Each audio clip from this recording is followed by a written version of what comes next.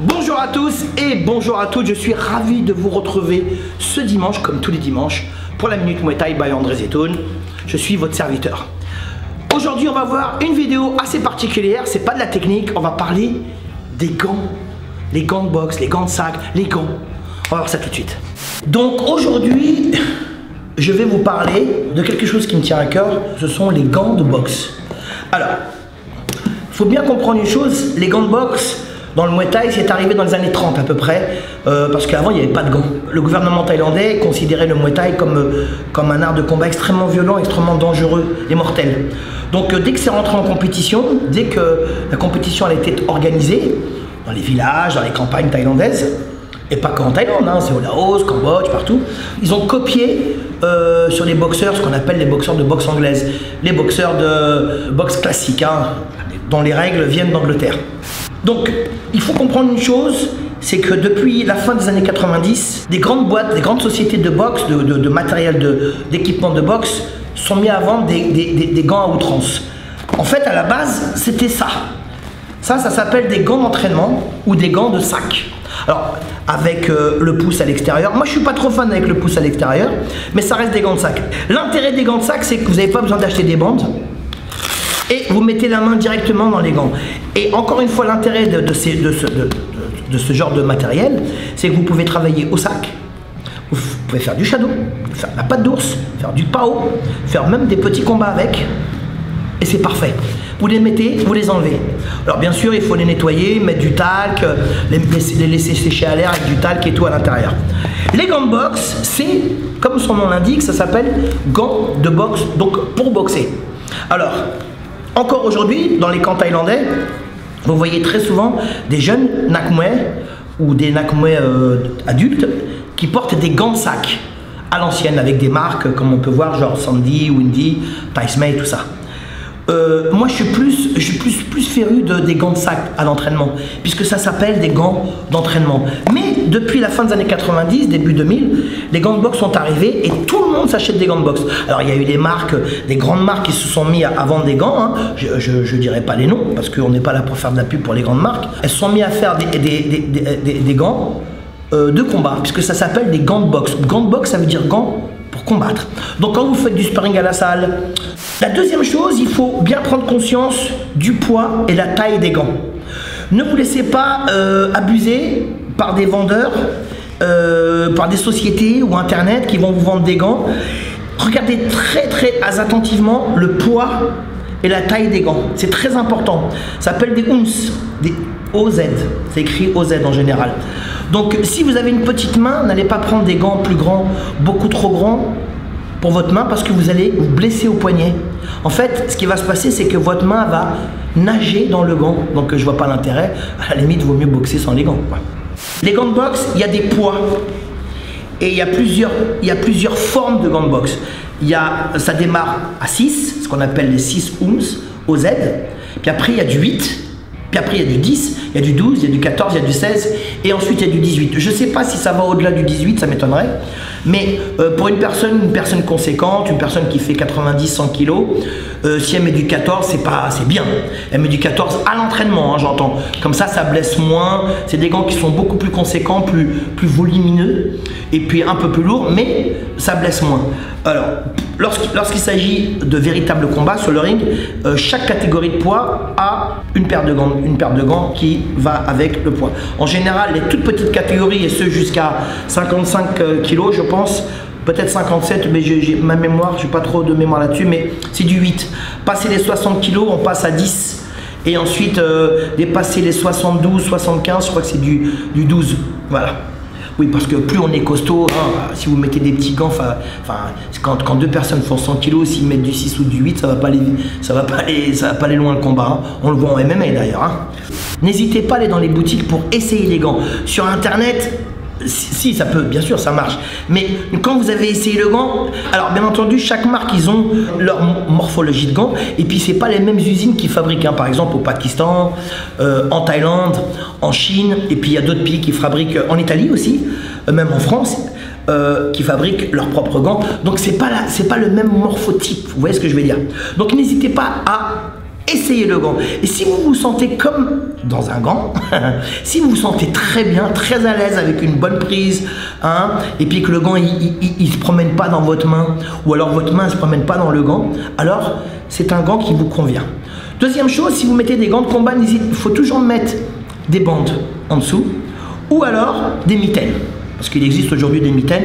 Ensuite, alors, on va parler aussi des gants. Encore une fois, que ce soit les gants de combat ou les gants d'entraînement, il faut faire attention à ça et à ça. Ça s'appelle un scratch. Alors, bien entendu, quand vous mettez ce gant, hop, vous le mettez et ça s'attache aussitôt. Donc, c'est très, très efficace. Mais il y a une petite galère qui va avec, c'est ça. Ça s'appelle le scratch. Ça. Alors, ce qui peut se passer, et c'est déjà arrivé dans ma salle et c'est déjà arrivé à des boxeurs, c'est que, par exemple, si votre gant est mal mis comme ceci, par exemple, le scratch peut venir frotter votre œil et ça peut toucher la pupille, peut toucher la rétine, ça peut faire des dégâts vraiment importants. J'ai connu ça, même moi j'ai connu ça, en essayant de se protéger, le scratch. Deuxième chose que je vois souvent, c'est que les gens, comme ils n'arrivent pas à ouvrir leurs gants, qu'est-ce qu'ils font? Ils font ça avec la bouche. Bon, déjà, un, c'est dégueulasse, c'est sale. Et de deux, si vous mettez de la bave ici, le scratch, il va plus coller. Donc ça veut dire que vous aurez un gant qui va se promener comme ça, vous voyez, avec la languette ici qui se promène. Et c'est très dangereux pour vous et pour votre partenaire d'entraînement, d'accord? Après, si vous avez un petit peu de Chatterton, vous mettez, hop, cette paire de gants et vous mettez un petit peu de Chatterton. N'en mettez pas une tonne parce qu'après vous allez mettre 3 plombes à les enlever. Hein. Ça, c'est pas bête de mettre un petit peu de Chatterton. Moi, je suis pas un féru du scratch. Bon, la différence, c'est que ça se met très facilement. Je préfère les lacets. Ok, ça met plus de temps, nanani, nanana, mais avec les lacets, ça blesse quand même vachement moins personne. Et puis, ça vous permet de serrer de manière intelligente votre poignet. Là, si vous serrez trop, vous n'êtes pas bien. Je ne suis pas un grand fan de ce genre de gants. Et je ne suis pas un grand fan des gants de boxe. Moi, j'aime les gants de sac. Les gants de sac, encore une fois, je vous le répète, ça s'appelle les gants d'entraînement. On dit, moi, quand j'ai commencé la boxe, il y a une quarantaine d'années, on disait des gants d'entraînement. T'as tes gants d'entraînement? C'était ça, les gants de sac. Parce qu'on faisait du sac avec pas haut, pas d'ours, corps à corps et tout ça. Encore une fois, je vous répète, ça, c'est des gants de combat. Mais, comme je vous l'ai dit tout à l'heure, depuis 20-25 ans, voilà, tout le monde s'achète des gants. Et puis, la différence, c'est que ça coûte vachement moins cher que lorsque moi j'ai commencé, lorsque j'ai débuté la boxe. Les gants de boxe coûtaient extrêmement cher parce qu'il y avait très peu de marques et c'était des gants qui n'étaient pas fabriqués par millions, hein, puisque voilà, c'était pas très connu la boxe thaï. Donc quand on avait une paire de gants de boxe, de Muay Thai, on faisait attention. Moi j'avais des Sandy, c'était une marque, je sais plus, je crois qu'elle n'existe plus. J'avais des Sandy et c'était des gants hyper solides, super cuir, très très bien fabriqués en plus. Voilà. Alors aujourd'hui, comme je vous l'ai dit tout à l'heure, il y a plein de marques qui font plein de gants et puis il y a des gants qui sont, on va pas se mentir, il y a des gants qui sont pourraves. Donc faites attention les gants pourraves, faites attention les gants qui sont trop durs. Je vais pas dire de marque, mais il y a des gants qui sont très durs. Ça peut blesser votre partenaire pour rien, d'accord? Faut que le gant il soit souple, dur et souple à la fois. Alors, bien entendu, il faut prendre soin de son gant. Si vous avez mis, moi je vous conseille de mettre un petit peu d'argent dans les gants.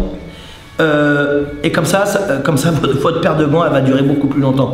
Si vous achetez du cacaboudin comme gant, ben, au bout de quelques temps ici, ben, ça va s'ouvrir, la couture est mal faite, le gant est mal fait, le cuir, très souvent c'est pas du cuir, c'est même pas du simili, c'est une espèce de plastique un peu dégueulasse, le scratch il est horrible, voilà. Donc mettez un peu plus d'argent.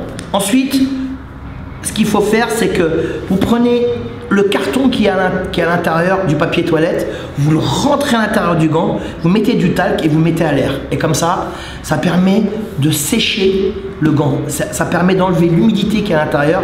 Et forcément, comme c'est humide avec les mains, il y a plein de bactéries, puis il y a des champignons qui commencent à se former.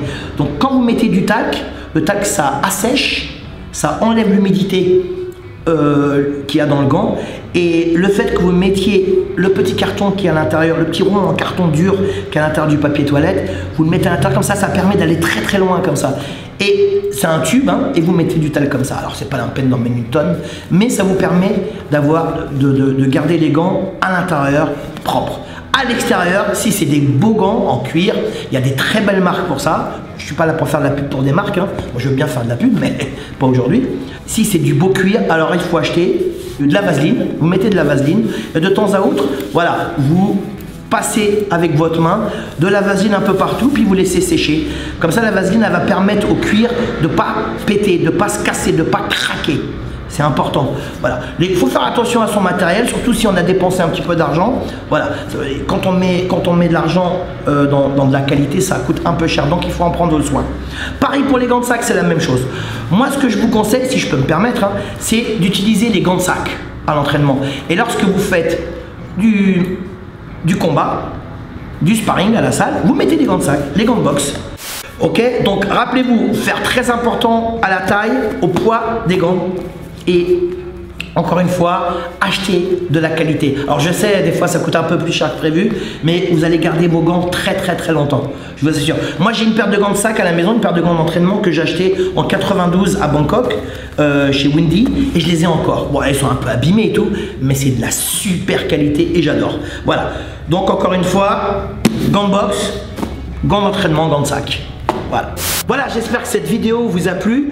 Comme ça, vous en saurez un peu plus, même beaucoup plus, sur l'utilisation des gants de combat ou des gants de sac, des gants d'entraînement. Je voulais vous remercier pour les nombreux messages que Joe Prestia a reçus. Vraiment, merci pour Joe Prestia. On a fait 1h14 d'interview. On aurait pu en faire 4 heures parce que Joe, il a tellement d'anecdotes. On n'a pas parlé de Johnny Hallyday, on n'a pas parlé de ceci, on n'a pas parlé de cela. Merci beaucoup pour tous vos messages. Il y aura d'autres intervenants. Alors, je ne vais pas en faire tous les dimanches, mais je vous promets des très belles surprises. Vous avez vu, il y a déjà eu 3 belles surprises. Il y a eu Danny Bill. Et avant ça, il y avait un maître coréen. Il y a Danny Bill, merveilleux Danny Bill. Il y a eu Our, majestueux Our, et la légende vivante du Muay Thai, Joe Prestia. Il y en aura d'autres. Merci encore de nous suivre toutes les semaines. Nous sommes à 34 000 abonnés. Là, ça commence à faire beaucoup. Voilà, ça commence à faire beaucoup. D'ailleurs, ça commence à faire un peu trop. N'oubliez pas de... Comment tu dis en anglais? Subscribe. J'arrive pas à le dire, le smashment. Abonnez-vous, faites tourner la vidéo, hein, comme ça, vous la faites tourner. Hey, alors, qu'est-ce qui se passe ici? Et puis, on se retrouve la semaine prochaine, comme tous les dimanches. Je vous souhaite une super semaine, bien entendu, avec de la lumière, avec la bogossitude. Soyez heureux, soyez frais, puis pratiquez la boxe taille. C'est obligé. Vie de ma mère. Muay Thai, mon vôtre.